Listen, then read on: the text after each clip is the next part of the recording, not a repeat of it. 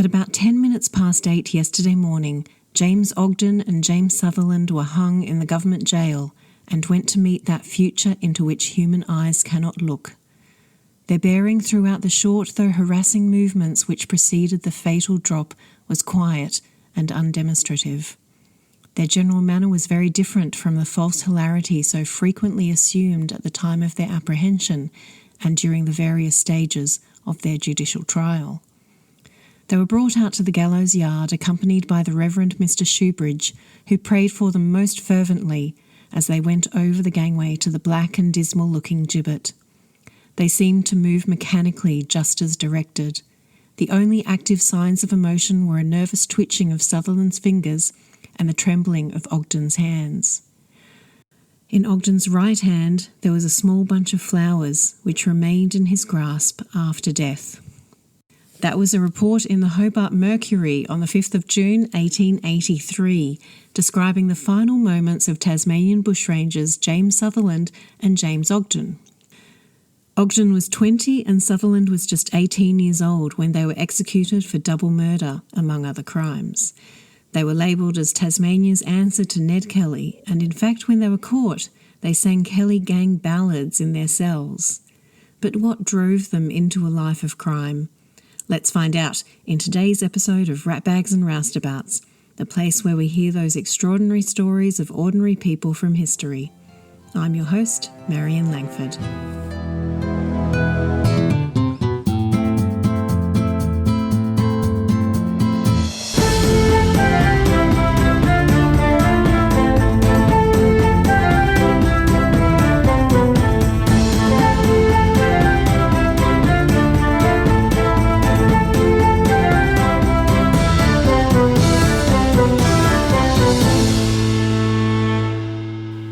If I was to stop anyone on the street and ask them to name an Australian bushranger, chances are pretty good most would say Ned Kelly. He's certainly the most famous bushranger from Australian history, with books and films and songs and paintings and museum exhibits, and even the Kellyland Glenrowan tourist attraction in Victoria, which reenacts the Kelly gang's last stand. Some people see Ned Kelly as a hero, others denounce him as a villain, but whichever way your opinion of him leans, he has without a doubt been immortalised in the Australian lexicon. But what you might not realise is that the Kelly gang has pretty much been idolised in that way from not long after young Ned looked at that metal board on a plough and thought, I bet I can make a suit of armour out of that. In fact, the Ballad of the Kelly Gang, a song which details the bold pursuits of the outlaws, was written in 1879. It's actually rumoured that Kelly gang member Joe Byrne penned it himself. Byrne died the following year from a fatal gunshot during the siege of Glenrowan when Ned Kelly was captured. Ned was then executed on the 11th of November 1880, and every Aussie kid for the next century or so was taught that his last words were, "Such is life." Though apparently that's not true, and his actual final words were, "Ah, well, I suppose it has come to this." Anyway, I'm not here to talk about Ned Kelly, because while we love a bushranger here on Ratbags and Roustabouts, we love the lesser-known bushrangers, and Ned Kelly is just way too well known for our liking. But the point I'm making is that the Kelly gang was big news in the late 1870s and into 1880, which is when the two anti-heroes of today's episode, James Sutherland and James Ogden, were impressionable youths living fairly miserable lives in the wilds of Tasmania. And for the pair of teenage boys, tales of Ned Kelly sticking it to the man provided a small sliver of sunlight in an otherwise bleak existence. James Sutherland in particular had a horrendous childhood. He was born James Saunders sometime around 1865 near Ouse in the Central Highlands of Tassie. There isn't much information about his family. There's a report from 1883 that described his character and said that he often cried about his dead mother. The same article mentions talk of him having a sister who'd moved to Victoria and was also dead. We do know, however, that when James was 18 months old, his father gave him to a woman in Perth, Tasmania, to look after him. He lived with her until the age of 5, and it was she who changed his name to James Sutherland. At 5 years old, again, he was given over to another woman at Evandale near Launceston for her to look after him, and he was there until the age of 11. At that point, he was turfed out of the house and told he could look after himself. So he tried to make his way back to Perth. That's when he was arrested for vagrancy and sentenced to 3 months in prison. After being released, he managed to get down to Hobart, where he worked for 6 months at Webb's Hotel, which is now Hadley's Hotel for anyone familiar with Hobart. Now, it's unclear what happened in the intervening time, but around the age of 15, a Sergeant Dewey comes across him. He's just run away from somewhere. He's in a miserable state, so the sergeant takes him to the police station at Kangaroo Point, which is now the suburb of Bellerive, and fed him. Sutherland told Sergeant Dewey he had no parents, no friends, and nowhere to go. So it seems the sergeant found Walter Pedder, who gave him a job as a farm labourer. He did okay there for a while. He was pretty good at looking after the sheep and cattle and horses, but after some months he decided he wanted to change again. So he got supplies, he got a boat, and he set off up the Derwent River. He sailed about 5 kilometres, then set the boat adrift and set off into the bush. Pedder didn't hear any more from him, so assumed he'd drowned, but of course he hadn't, and he turned up back at Pedder's farm 3 months later when he was given his old job back. Again, for a while he did okay. He was a good worker, he was earning decent money, he even met a girl he wanted to marry once he had enough savings. But that's when he fell in with the wrong crowd. He became friendly with a couple of disreputable young guys who convinced him to leave the farm and, as the paper described, lead a roving life. There's another report that said he left to try his luck at mining. Gold was discovered in various parts of Tasmania, spanning many years from the late 1840s, but considering where Sutherland ended up, it's likely he went up to Lisle, not far from Launceston, where gold was found in 1878. There isn't much known of his life from that point, but if he did travel to Lisle, it would have put him in a good position to meet his friend and co-conspirator, James Ogden. We don't have such a clear picture of James Ogden's upbringing, though it was certainly more settled than James Sutherland, but perhaps that was actually his downfall, because while he had a roof over his head, his family apparently didn't provide the best role models for young James. He was born in Brighton, north of Hobart, on October 31st, 1863, to parents Thomas and Anne. And from birth records, I've managed to count at least 5 children in the family, though there may have been more. The family moved around quite a lot. I don't think any of the children were born in the same place. They began on the wharves in Hobart, then moved to New Norfolk, then Brighton when James was born, then up to Launceston, then Westbury, just west of Launceston. At the time he and Sutherland turned outlaw in Epping Forest, he was living with his mother only a couple of kilometres away from the scene of his first crime. The Devon Herald gave a bit of a profile of the 2 bushrangers, and this is what it said about Ogden.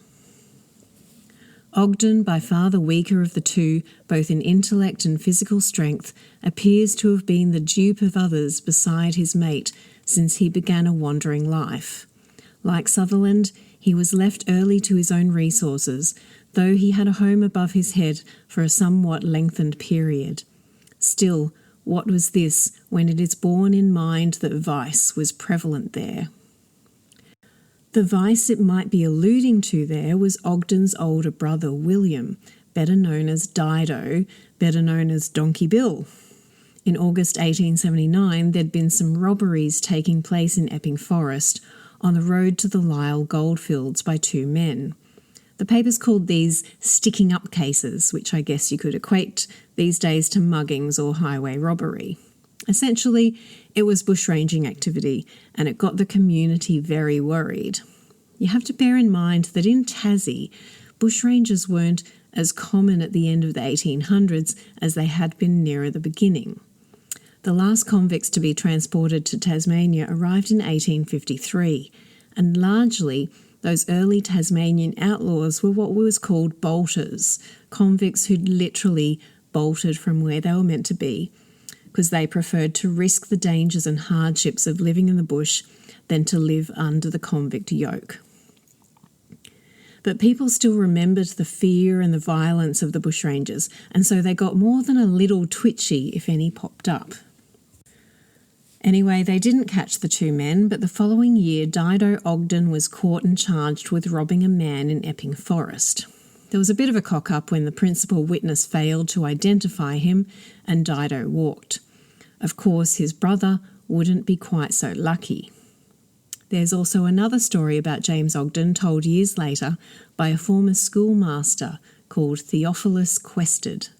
He remembered him as a pupil at his school and said he often had to stop Ogden from trying to strangle or stab classmates who he fought with.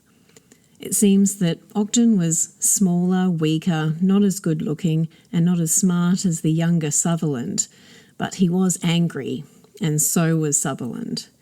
The same article summed up Sutherland saying he had no mother's love nor father's wisdom to direct his passage through life. They were two boys cast adrift in an unforgiving, brutal, uncaring world, and so they drifted towards each other and decided it was time for a little payback. So let's take a look at their crimes. On the night of April 9th, 1883, at a property at Epping Forest, railway line labourer William Wilson and his wife Theresa were in bed asleep. Elsewhere in the house were their 3 sons and 1 daughter, as well as another woman, Mary Boreham. She was a widow on her way to take up employment in New Norfolk and was just stopping the night at the Wilsons' home before continuing her journey. So they're all asleep when they hear a noise that sounds like stones falling on the roof. At first, William thought the dogs might be loose, so he gets up and goes outside to have a look. He finds nothing, so he goes back to bed.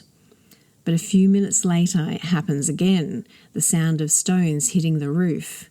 He says, there must be someone there. His wife Theresa says to him, don't go out there, Bill, but he goes out anyway. And this time, he doesn't come back. Theresa hears a strange voice and then a gunshot. She runs outside as her husband staggers up to her, telling her, oh, Tris, I'm shot. He's holding a hand up to his face. Theresa then begins calling out for help, but her husband says to her, no one is going to hear you. They will kill you. He then makes her go back inside the house and lock the door behind her before he then collapses on the ground outside the bedroom window. Stones continue to hit the roof, and then something worse. A voice calls out through the darkness, Mistress, come out. We'll give you 3 times, and if you don't come out, we'll lay you down alongside where he's lying. Theresa doesn't say anything back. Sutherland and Ogden then begin throwing stones to smash the windows. The stones are hitting the bed. They try forcing open the door. Then a shot comes through the window, and finally a voice says, come on, Kelly, we'll set fire to the bloody place. Now, because of their love for the Kelly gang, during the attack, Sutherland was using the alias Jim Kelly, and Ogden was calling himself Dan Riley. The terrified women and children inside the hut could hear wood being put up against the house. Even their cart was moved up against a wall. And then they set it on fire. Smoke begins billowing inside the house. Flames are licking the bed. Theresa gathers the children and the guest, Mary Boreham, and as the smoke grows thicker. Finally, they have no choice but to go outside the burning building. Mary, as she steps out, is trying to carry a child in one arm and a box in the other arm. Meanwhile, she doesn't realise, but the bushrangers have taken away the step, and so she falls as she comes out the door. That's when Sutherland shoots her. She cries out, my God, I'm shot.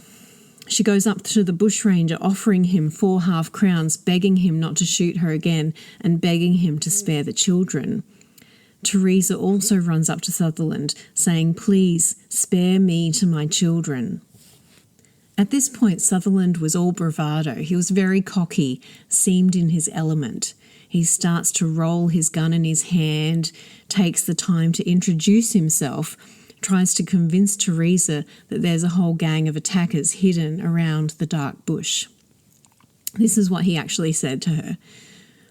"Well, my name is Jim Kelly and my mate's name is Dan Riley, and recollect there is 2 or 3 more of us hanging back." Meanwhile, the children, they begin running towards the neighbour's place, which was about half a kilometre away. Mary Borum, too, who is now seriously hurt, is half crawling, half dragging herself along the ground, gets herself through a hole in the fence, goes across the railway in the same direction as the children. Sutherland allows this until he sees the girl, 11-year-old Lizzie. He calls her back. Pointing at Ogden, he says, "Do you know that fellow standing there?" "Yes, that's Jim Ogden," she replies. It was not the right answer to give. He grabs her by the shoulder and he and Ogden drag her off up the road. Theresa runs after them, trying to get her daughter back, but Sutherland turns, holds the gun to her heart and says he'll shoot her if she doesn't go back. Reluctantly, she runs off to the neighbour's house as well. But the men at the neighbour's house are scared, they refuse to go back with her, and she's left terrified about what may have happened to her daughter. Meanwhile, Sutherland and Ogden were holding Lizzie captive in the bush. At first they planned to kill her. They seemed very adamant on sticking to these aliases, and being recognised by a young girl wasn't part of the plan. But they later said they didn't have the heart to harm her as she was a sweet kid. So, telling her to make sure she used their aliases, they let her go and she ran off to where her brothers were. But she wasn't the only person that night who recognised Jim Ogden. Mary Borum recognised him. She said many's the bit of bread she had given him over the years. Theresa also recognised him. She'd visited his mother several times, and she didn't know of any ill feeling between James Ogden and her husband. In fact, the only motive for the attack on the Wilson family that anyone could fathom was that James Ogden believed William Wilson had come between him and a girl that he liked. William Wilson died from his wounds, but Mary Borum survived. The scene at the house the following day was described in the Launceston Examiner. The scene in the morning was one of a most harrowing description. The first object that attracted the attention of the visitor to the spot was the smouldering ruins of what but a few hours before had been a happy homestead. Stretched a short distance away was the body of Wilson, who from all appearances was a stalwart man in the prime of life at the time when he fell a victim to the horrible wantonness of the fiends in human form who, to satiate their craving for notoriety, brought one who had never harmed them to an untimely end. Pacing to and fro near the corpse of her murdered husband could be seen the almost frantic wife bemoaning the sad fate of her protector, and at times evidently endeavouring to realise that the proceedings of the previous night were after all but a hideous dream. It's unclear when or how Ogden and Sutherland became friends, but we can trace their steps a bit in the days leading up to the killing of Wilson. On midnight 2 days before the attack, the pair went to the police station in Launceston, where Ogden made a complaint that he'd had 12 shillings stolen from him by a woman in a brothel. The sergeant told him to come back Monday morning, which he said he would. Then the following day the pair visited the Woolpack Inn at Breadalbane, about 12 kilometres south of Launceston. The landlord said he'd heard them talking about going down to Campbelltown. Apparently Sutherland was heard talking about going after some dogs and traps they'd lost, saying he'll hear more about it. Ogden then said, "We'll put the bloody wretches through before we come back." That evening they were seen by a man called John Pryor. He knew them both. He saw them camping at his place at Symonds Plains, about 14 kilometres north of Epping Forest. They didn't have a gun when he saw them arrive, but he owned a single-barrel shotgun, which he kept in his hut. They had this when they left the following morning, and it was this gun that was used to kill Wilson. But before they were captured, they would commit murder another time. Sutherland and Ogden had attacked the Wilson house on the night of the 9th and the morning of the 10th of April. On the 11th, they killed again with no apparent reason. Coachman Alfred Holman was driving a lemonade cart along the road from Hobart back to Launceston that day. It was a trip the 47-year-old often made. But not far after passing through Epping Forest, he encountered Sutherland and Ogden, and he would not survive the meeting. No one knows how he was approached or what was said between Holman and the bushrangers.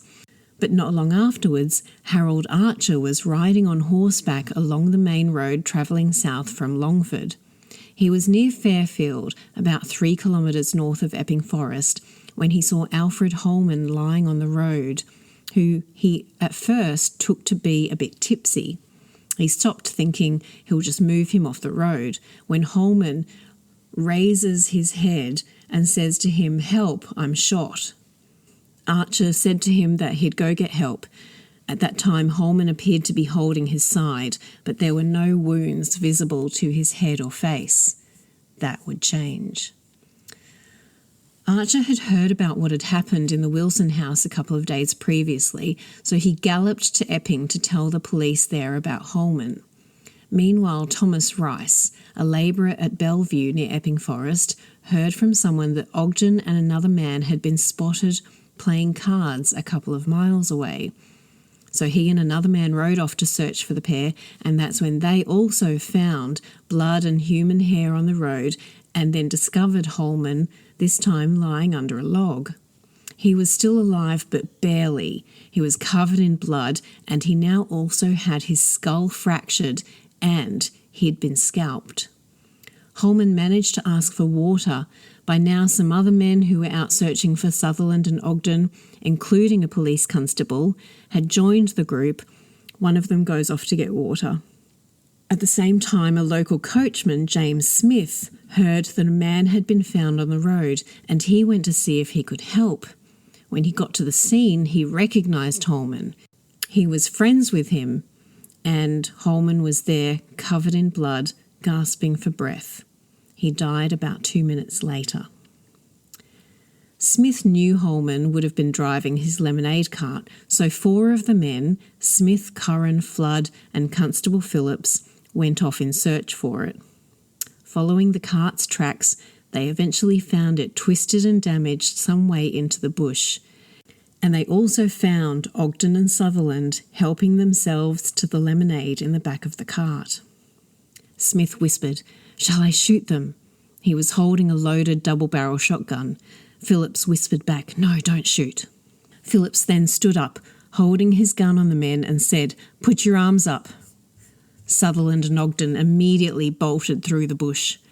The 4 men gave chase. They kept calling out to the bushrangers to give themselves up, but Sutherland and Ogden ignored them, so Phillips and Smith both fired at them but missed. But the shots were enough to scare the bushrangers into stopping. They put up their arms, and Phillips handcuffed them and led them away. When the men were searched, the constable found a watch on Ogden which had been in a parcel that Holman was bringing back from Hobart for a local man. And later at Epping Station, when the police were trying to work out why the outlaws had targeted Holman, Sutherland said that about 4 months previous he'd happened upon Holman coming along the road and asked him for a lift, which Holman had refused. When the police inspector said to Sutherland, "Holman was my friend," Sutherland began laughing back, saying, "You should have seen him tumble off that there box. It was a bloody caution. He has a rare dollop in him. The old gun had a fistful of shot in her."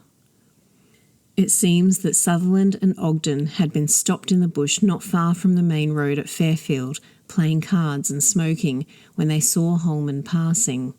Possibly remembering the wrong Sutherland thought Holman had done him, they went to the road and shot Holman, the blast forceful enough to knock him off the cart.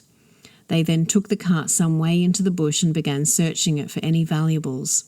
At that point, Archer had discovered Holman and galloped off to get help. It's possible the bushrangers heard this and wanted to make sure Holman couldn't identify them, so they went back, bashed in his head, maybe with a rock or just on the road, and scalped him. Both of these crimes were shocking in their violence and brutality.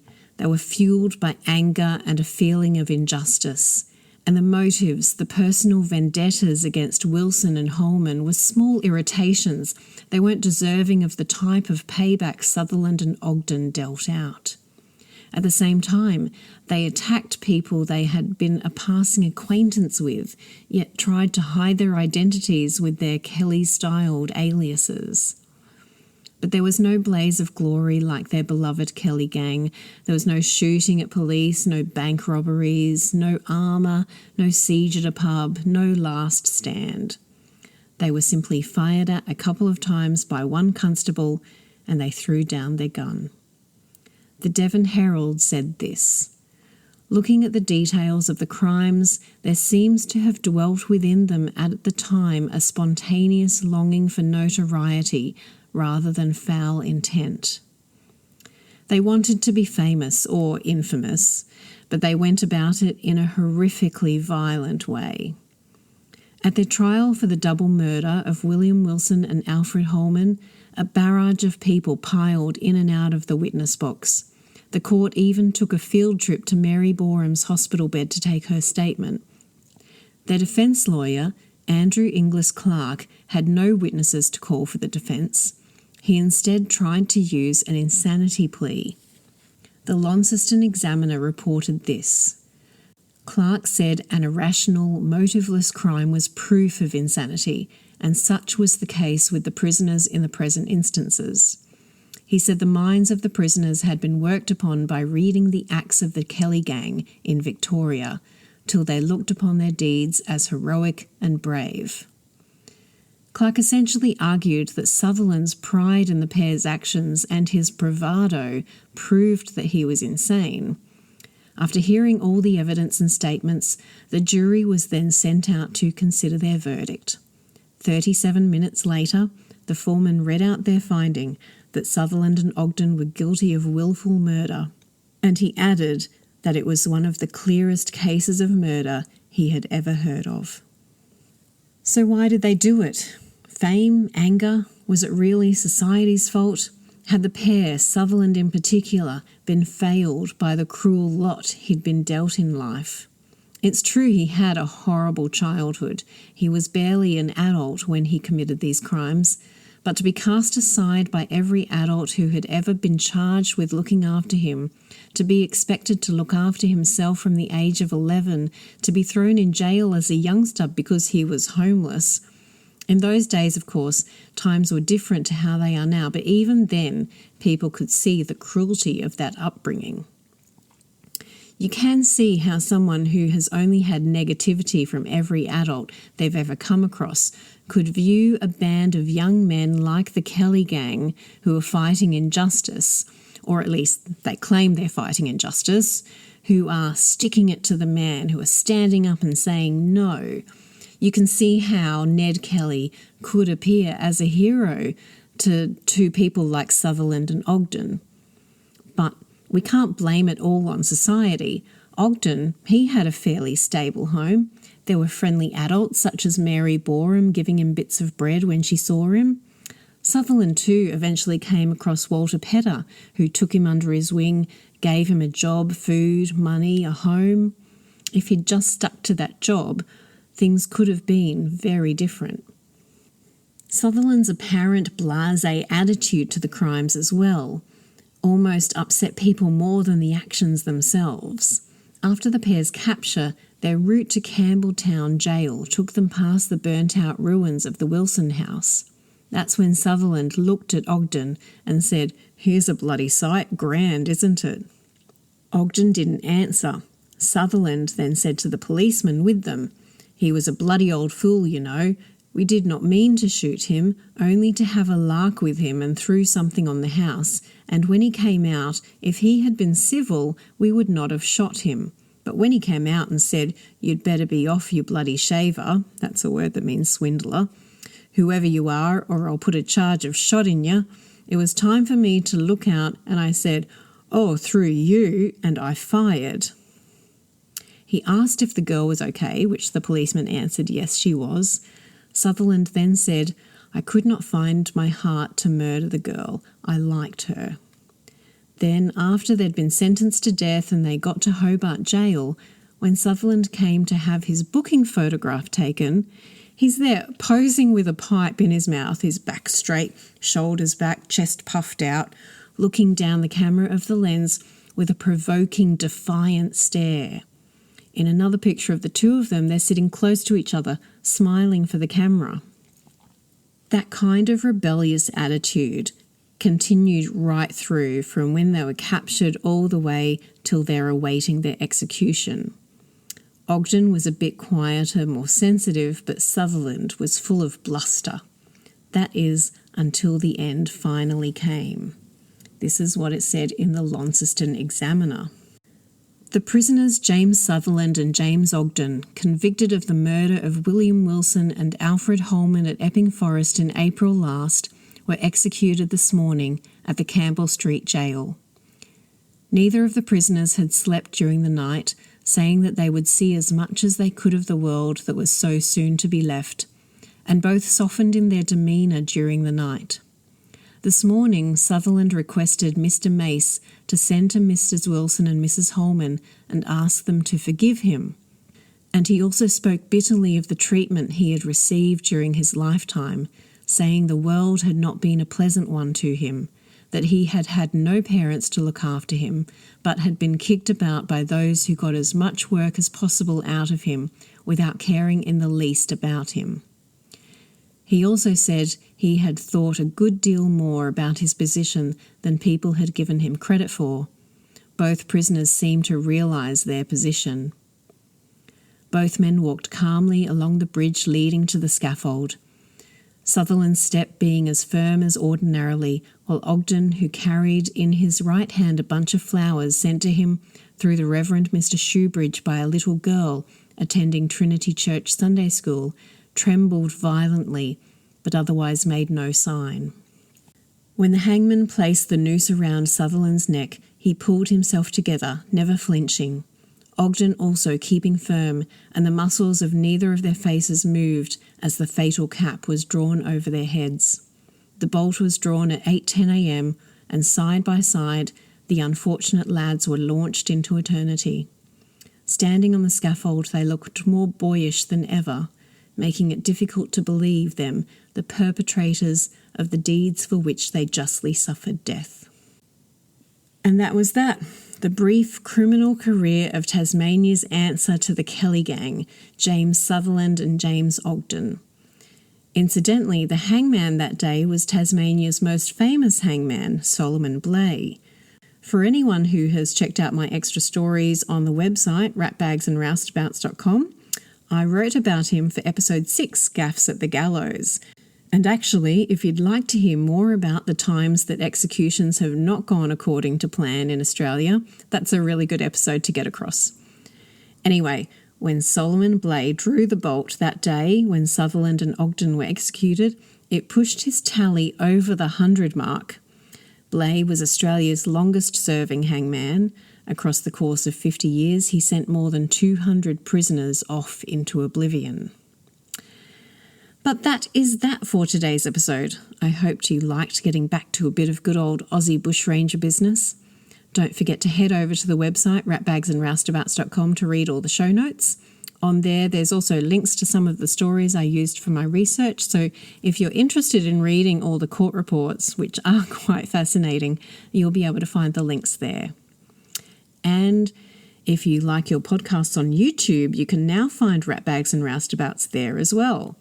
Plus, of course, don't forget you can follow me over on Instagram too. As usual, I'll be back in a fortnight's time for more stories of those common as muck ratbags and roustabouts from our past who still have incredible tales to tell.